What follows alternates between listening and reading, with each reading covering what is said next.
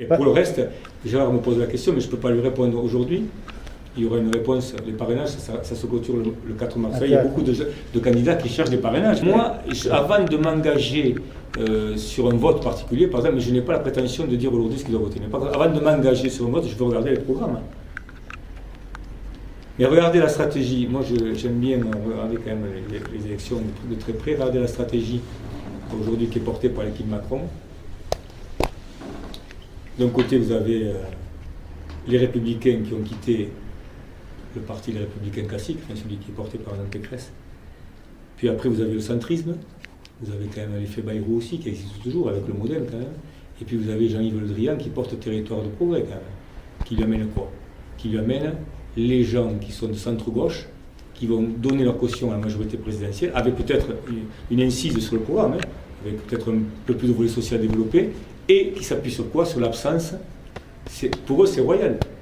C'est l'absence d'un candidat d'une gauche classique, enfin, représenté à l'époque par François Hollande ou d'autres. Donc ça, en fait, le curseur, il se déplace, puisque l'élection a été droitisée, sauf Mélenchon. Mais Mélenchon, peut-il gagner l'élection? Je ne crois pas, mais bon, on verra. Par contre, ce qui est sûr, c'est qu'il y a un trou.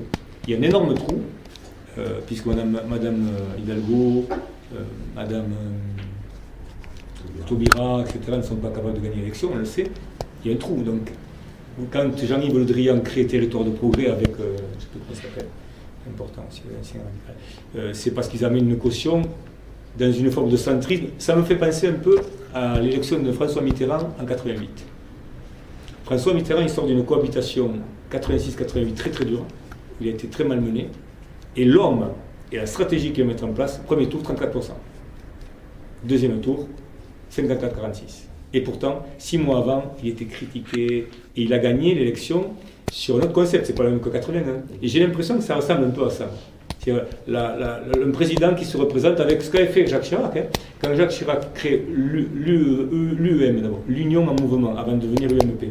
Il se crée les moyens d'un bloc présidentiel, le parti du président en fait. On réélit le président par un parti du président.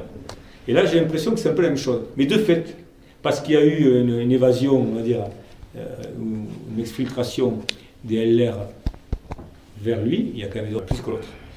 Et puis vous avez le reste, les composantes qui vous amènent à une espèce de bloc présidentiel centre, puisque les républicains qui sont partis vers lui, ils sont quand même, c'est pas tout à fait les mêmes que ceux qui restent avec Mme Pécresse. Tout à fait.